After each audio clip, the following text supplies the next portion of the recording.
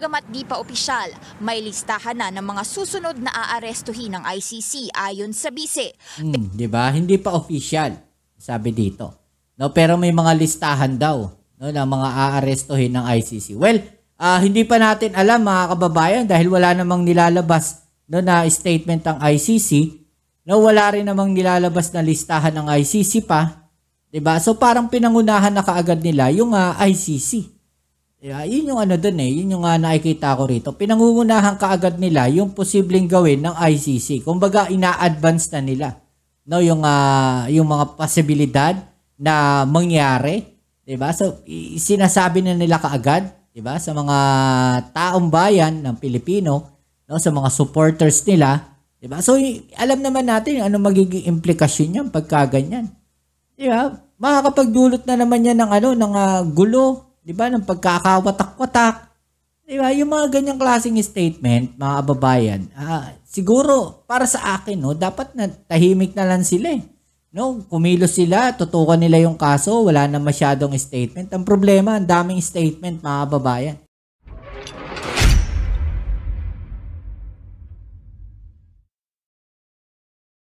Eyo, what's up? Welcome back dito sa ating channel dito sa Maltz TV.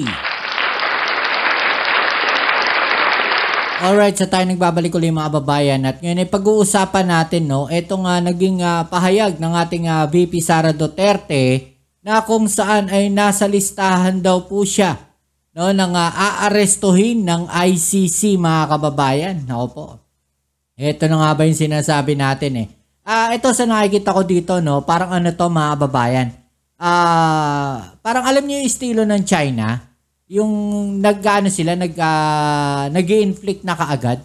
'Di ba? Yung parang pinangungunahan na kaagad nila.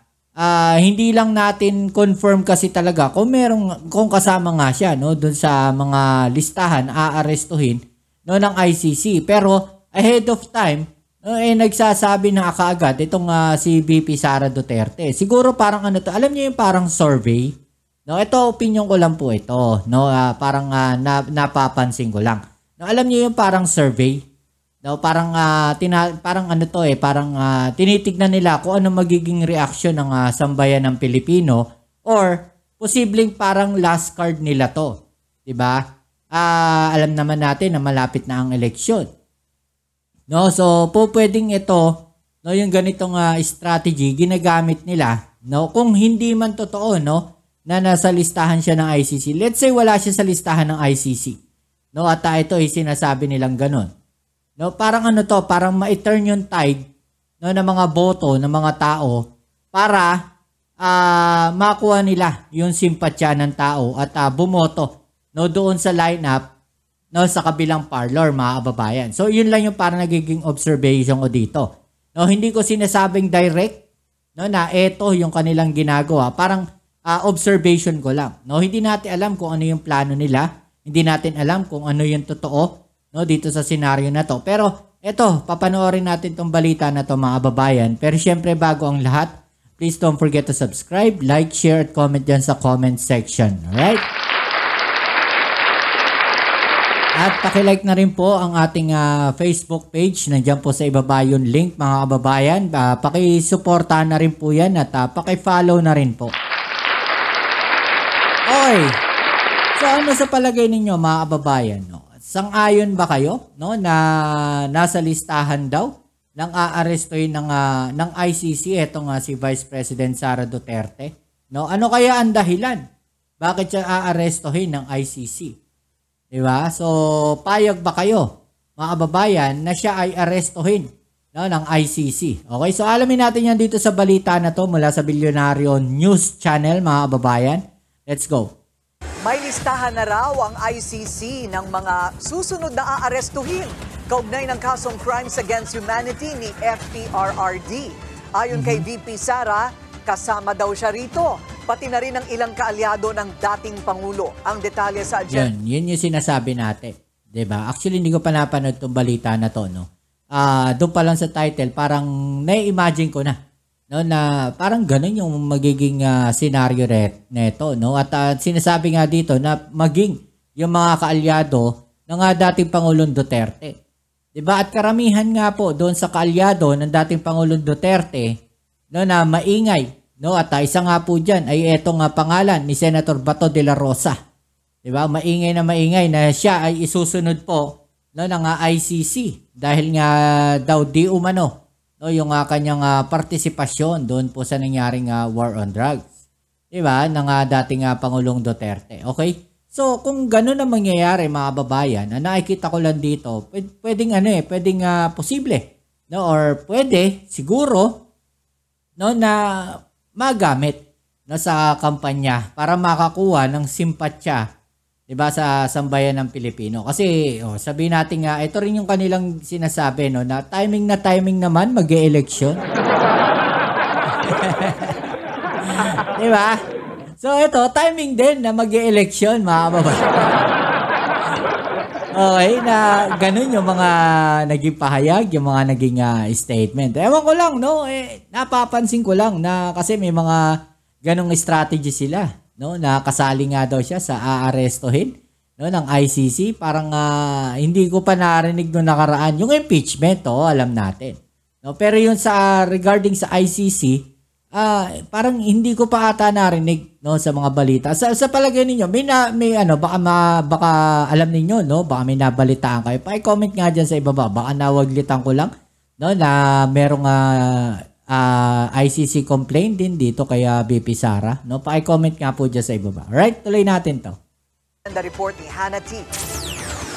Minonitor ng ICC ang ilang pag-uusap ni na Vice President Sara Duterte at ng kanyang amang si former President Rodrigo Duterte. Mga pag-uusap na mag-amang Duterte, tinututukan daw ng ICC.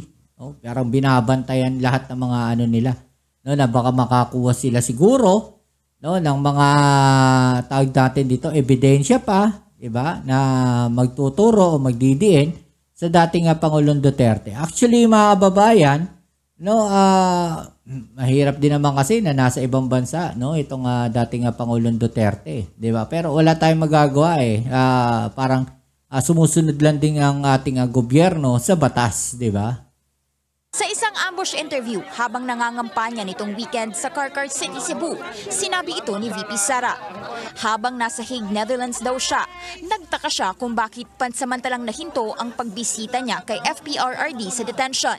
At nang payagan ulit, recorded na ang conversation nila ng kanyang ama. Lumagi sa Hague si VP ng halos isang buwan bago bumalik sa Pinas para mangampanya para sa PDP laban sa notorious slate.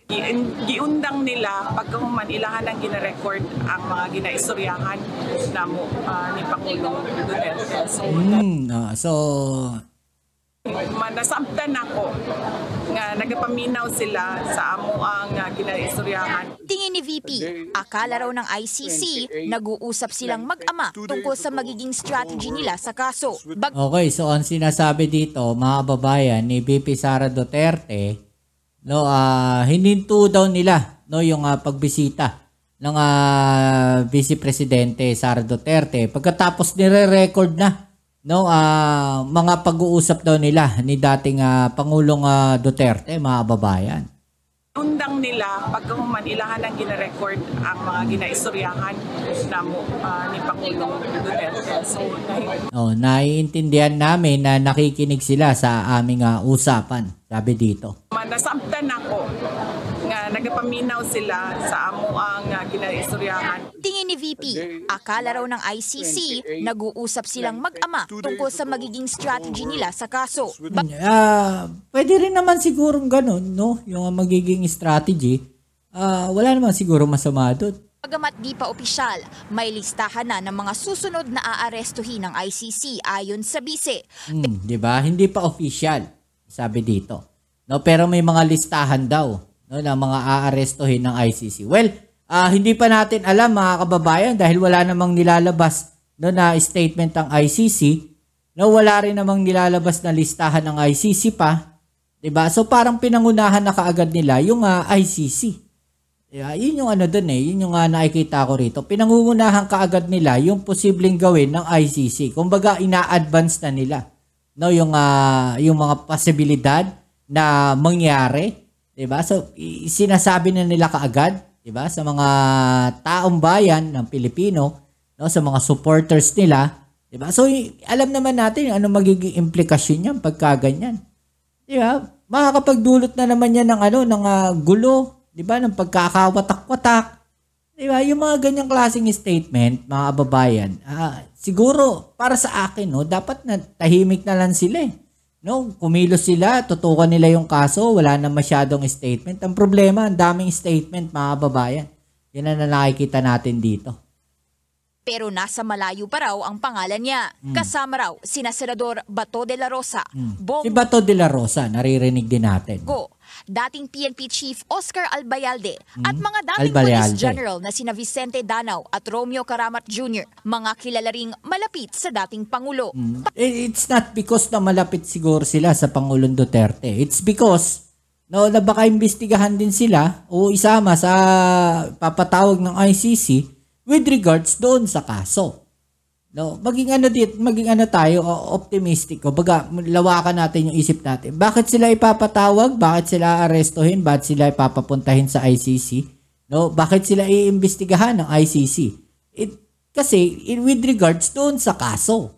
No, hindi para siguro na hulihin kasuhan din sila ng ICC. Di ba? Pwede kasi ganun din ang mangyari na arestuhin sila dahil para silang accessories. No, doon sa mga parang may kinalaman sila doon sa kaso na 'yon, no, sa crime against humanity. 'Di ba? So posibleng gano'n. Pero si Senator Bato de la Rosa, yung isa sa naririnig talaga natin. Well, the rest, ewan ko na lang, no?